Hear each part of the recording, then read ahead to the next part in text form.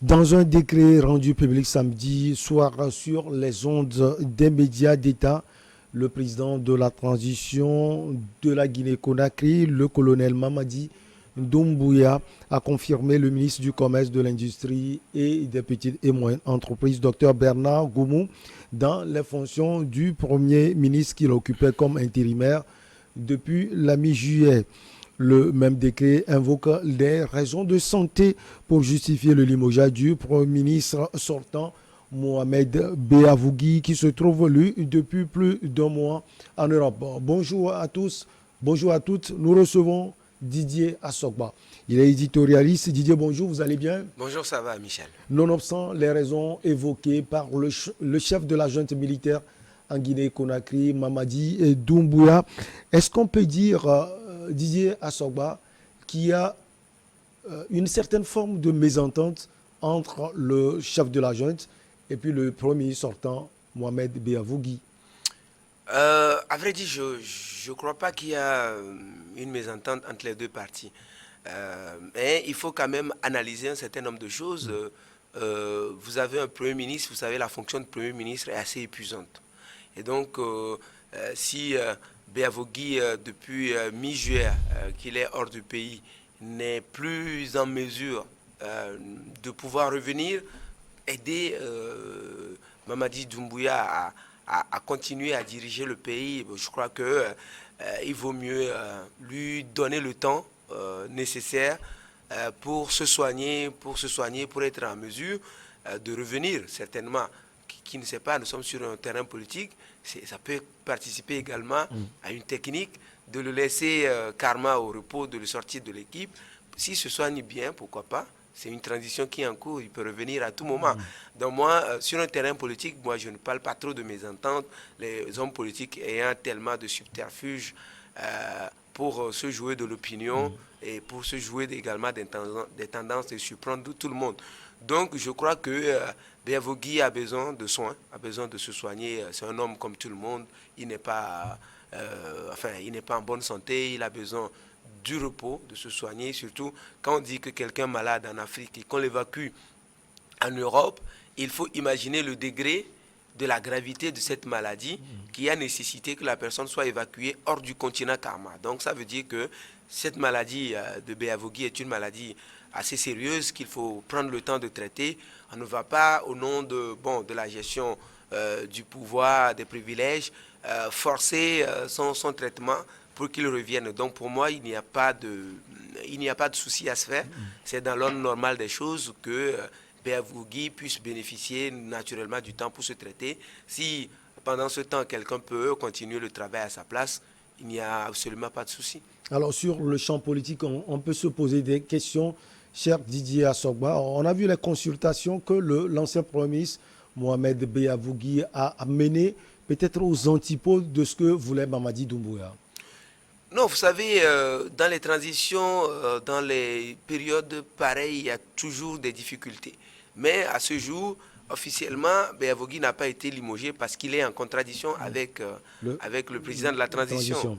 Donc, officiellement, non. Lors des consultations et des échanges, des idées peuvent surgir, des visions peuvent naître. Mais je crois qu'en tant que Premier ministre, il harmonise toujours ses points de vue avec le chef de l'État. Et en tant que Premier ministre, d'ailleurs, il mène les consultations au nom du gouvernement, pas en son nom. Ce n'est pas une initiative privée. Donc, naturellement, il le mène avec ses ministres à ses côtés. Et sur ce plan-là, je ne pense pas, même si il y a eu un certain nombre d'actions que le président colonel Doumbouya n'aurait pas aimé, ce n'est pas pour autant, officiellement aujourd'hui, on sait que Beavougui est naturellement souffrant et qu'il doit se soigner, même si, entre-temps, il peut y avoir des mésententes entre le président et son Premier ministre, mais c'est des choses qui se règlent assez rapidement au sein d'un pouvoir. Alors, avant d'être alors nommé ministre du Commerce, de l'Industrie et des petites et moyennes entreprises le 27 octobre 2021, il était l'administrateur directeur général de l'ANALA Assurance depuis 2017. Alors, Didier Assogba, qu'est-ce qu'on peut savoir de plus du nouveau Premier ministre, docteur Bernard Goumou? Il faut Docteur Goumou, comme on l'a dit, quelqu'un qui a travaillé dans le privé, un homme d'affaires qui avait à cœur également de travailler au développement de son pays. Vous savez, les hommes d'affaires dans le privé, c'est des gens sur qui on ne sait pas beaucoup. Mais c'est quelqu'un qui, naturellement, a épousé la vision de la junte militaire et qui a décidé de travailler avec, avec le colonel Mamadou Doumbouya. Donc, Mamadi Doumbouya, autant pour moi. Donc, aujourd'hui, en tant que ministre du Commerce, donc dans le gouvernement de Béavogui, il a fait ce qu'il a pu faire, et ministre du Commerce et de l'industrie et des PME. Vous avez vu que c'est également naturellement sous son initiative que le président de la transition avait imposé aux industries extractives la transformation des matières premières extraites donc au niveau de la Guinée sur place pour impulser le développement de la Guinée, mais également offrir la main-d'œuvre également, oui, la main-d'œuvre du travail, donc de l'emploi aux jeunes Guinéens. Donc c'est quelqu'un fondamentalement patriote qui veut travailler au redécollage, on va dire, s'il n'y a jamais eu de décollage là-bas, au décollage de la Guinée en tant qu'État. Donc oui, c'est quelqu'un, moi je pense, de poser assez compétent qui peut naturellement assumer ses missions de Premier ministre cette mission de Premier ministre que vient de lui confier le président de la transition guinéenne. Donc oui, on le verra à l'œuvre et on appréciera. Il a 41 ans, Didier Assogba, le nouveau Premier ministre de la Guinée-Conakry. Il est diplômé de l'Université de technologie de Sydney en Australie, où il a obtenu son certificat de recherche puis de doctorat en business d'administration. 41 ans. Alors Didier Assogba, est-ce que le chef de la junte mise sur la jeunesse? Lui-même étant jeune, vous imaginez son âge. Donc lui-même étant dans la quarantaine, il prend quelqu'un de sa génération. Et vous savez, l'Afrique a besoin que ces jeunes montent, à mon avis. Et je pense que pendant longtemps, on a laissé les vieux faire. Et aujourd'hui, à l'heure du bilan, on voit ce que l'Afrique est.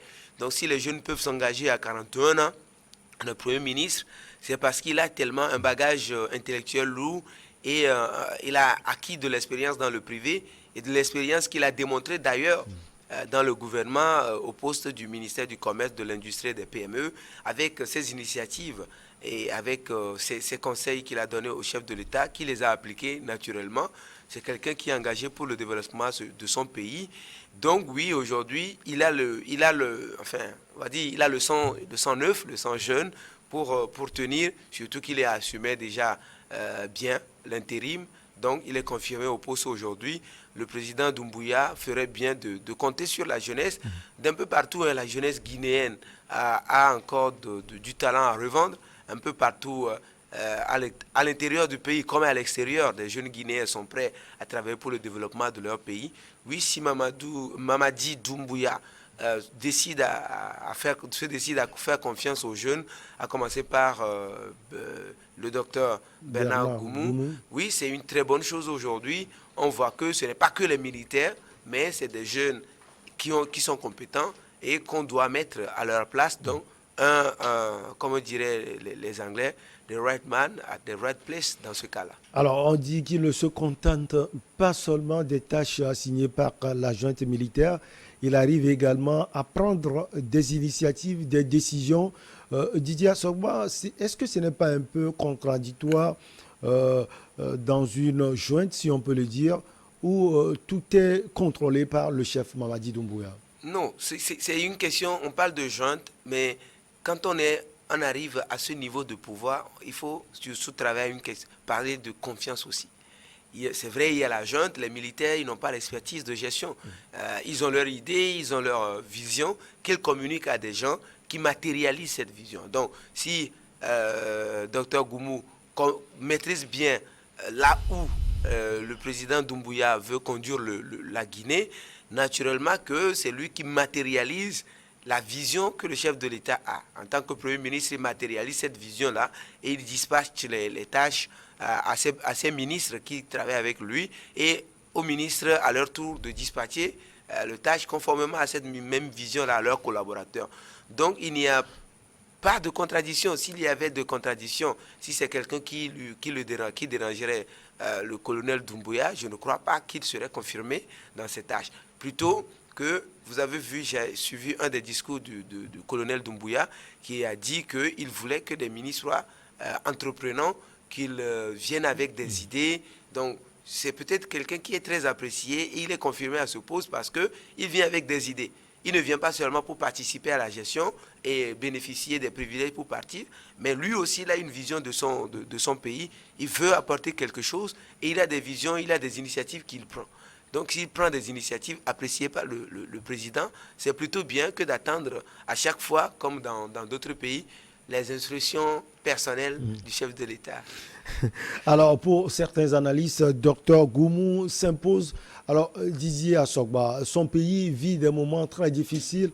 On sait que le Front national pour la défense de la Constitution ne cesse de marcher et de manifester contre la junte militaire au pouvoir. Est-ce que le Premier ministre actuel, ou bien désigné, peut jouer un rôle, selon vous? Il a intérêt à se départir très vite de sa casquette d'homme d'affaires et du privé. Vous savez, quand on est souvent dans le privé, on ne cherche pas à se développer, à se cultiver sur le terrain politique. Maintenant qu'il est dans une fonction éminemment politique, parce que être Premier ministre d'un pays, c'est de la politique. Donc, maintenant qu'il est dans une fonction d'homme politique, il va falloir qu'il se cherche des conseillers qui lui trouvent la stratégie à mener pour reprendre rapidement les discussions, notamment avec le Front de défense de la Constitution, pour que le pays s'apaise et pour que cette transition aboutisse et débouche sur des élections générales que le pays doit organiser afin que la transition puisse passer la main à un pouvoir civil. Donc, il fera appel, à mon avis, à son génie pour naturellement initier rapidement un dialogue pour pacifier le pays, pour que la transition s'apaise et pour que le pays avance naturellement sur de nombreux dossiers, de nombreux chantiers engagés, afin que ces élections-là arrivent rapidement et que le pays tourne la page tourne la page de cette transition. Il y a l'épineuse question de la durée de la transition également. Ils sont partis de 39 mois finalement à 36 mois, alors que la CEDEAO demande 24 mois. Alors, Dr Goumou également peut jouer un rôle. Il faut souligner que l'ancien président du Bénin, Thomas Boni-Yayi, qui est l'émissaire de la CEDEAO dans ce pays, est actuellement à Conakry. Dr Goumou peut toujours jouer un rôle. Naturellement, il peut jouer un rôle et je pense que, vu sa jeunesse, vu ses idées et sa vision des choses, il a d'intérêt à jouer un rôle et à s'attacher les services du médiateur de la CEDEAO désigné et pour que les discussions continuent notamment.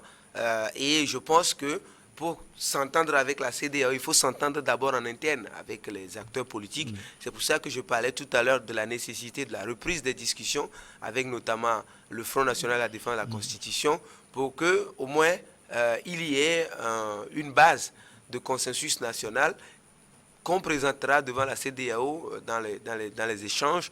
La CEDEAO parle naturellement de 24 mois de transition d'ici là, mais puisque un accord n'a toujours pas été trouvé, il faut, à mon avis, discuter avec les acteurs politiques nationaux, trouver un accord en interne qu'on présentera à la CEDEAO, comme ça a été le cas dans d'autres pays. Et je pense que si c'est un consensus national qu'on présente à la CEDEAO n'aura qu'à approuver. Alors, 6 ministres ont changé de portefeuille et un septième, il s'appelle Ibrahima Abbé Silla à l'énergie et à l'hydrocarbure, a été tout simplement remercié. Alors, Didier, est-ce que vous avez eu les raisons? Non, il va être difficile de maîtriser les raisons. C'est peut-être qu'il n'a pas été convaincant, il n'a pas assumé à ce poste-là. Voilà, à ce poste-là. Si au même moment un autre ministre est promu au poste de Premier ministre et qu'on remercie un autre, c'est certainement que, sur un certain nombre de dossiers, il n'a pas assumé. Et surtout, ce ministre-là est victime de la situation internationale actuelle. Vous savez que l'augmentation du prix du carburant, du prix du gaz un peu partout dans la sous-région, la Guinée n'en est pas épargnée et ça va pas rendre service parce que savez, si la grogne sociale doit monter, les augmentations du prix du carburant contribuent. Et si donc, qui parle de grogne sociale, rapidement on tombe dans le domaine politique avec les manifestations qu'il y a eu. Certainement que la gestion du dossier des hydrocarbures n'a pas été assez appréciée par le président de la transition qui décide donc de le remercier, de le remplacer. Donc oui, bon, on ne va pas dire qu'il a tant failli, mais la conjoncture internationale fait que qu'est-ce qu'il pouvait faire d'autre à ce poste à l'époque. Donc voilà, il a fait ce qu'il a pu faire. Celui qu'il a mis là a estimé qu'il n'a pas assumé. Aujourd'hui, il est remercié, mais il aura quand même apporté sa contribution à la gestion de la Guinée. Alors, puisqu'on parle de la Guinée, peut-être on va chuter avec cette visite, comme on l'a dit tout à l'heure, de l'ancien président béninois Thomas Boni Yayi, médiateur de la CEDEAO, entre la CEDEAO et la Guinée-Conakry, qui est arrivé à Conakry, la capitale. Alors, vous pensez, Didier Assogba, qu'il va pouvoir apporter quelque chose quand on sait que les manifestations gênent véritablement le régime de Mamadi Doumbouya ou bien la jeune de Mamadi Doumbouya. La dernière en date, c'était le 17 août passé. Oui, bon, de toute façon, il n'y a pas que la junte de Mamadi Doumbouya qui est bousculée. Même un pouvoir civil, les manifestations populaires constituent un réel problème pour les pouvoirs. Qu'ils soient militaires ou civils, les pouvoirs ont toujours des difficultés à gérer, à contenir les manifestations populaires. Donc, oui, je crois que, en fait, la difficulté dans ce dossier, ça va être, est-ce que Yayi Boni, désigné comme médiateur par la CEDEAO pour la Guinée, est-ce que c'est pour aller régler les problèmes entre les acteurs politiques, les acteurs guinéens eux-mêmes, ou c'est régler des soucis entre la Guinée et la CEDEAO? Je crois que véritablement ça va être ça, mener les discussions et parvenir à un consensus entre la CEDEAO et la Guinée. Mais si entre-temps, en tant qu'ancien président, Yayi Boni peut apporter quelque chose pour le règlement du conflit en interne, pour mettre les acteurs politiques guinéens d'accord sur un projet, pour pacifier le pays, oui, naturellement, si les Guinéens en ont besoin, qu'ils lui fassent cette demande-là. Et là, quand il vient en Guinée, à Conakry, naturellement, il fera d'une pierre deux coups pour les aider à régler les soucis en interne, également pour les aider à régler les soucis entre la CEDEAO et la Guinée. Donc, Yayi Boni, ancien chef d'État, est à mettre à contribution. Donc, il peut apporter beaucoup, à mon avis, surtout si on veut s'appuyer sur lui en tant qu'ancien chef d'État pour régler les problèmes en interne. Mais bon, ce n'est pas la mission première qui lui a été confiée, mais si on veut bien lui confier cette seconde mission, je pense qu'il peut apporter quelque chose avec la nouvelle jeunesse, la jeunesse de l'actuel Premier ministre, qui peut apporter également beaucoup avec son esprit d'ouverture. Didier Assogba, vous êtes éditorialiste. Merci beaucoup à vous. On va marquer la petite pause et derrière on reçoit King Dodjo.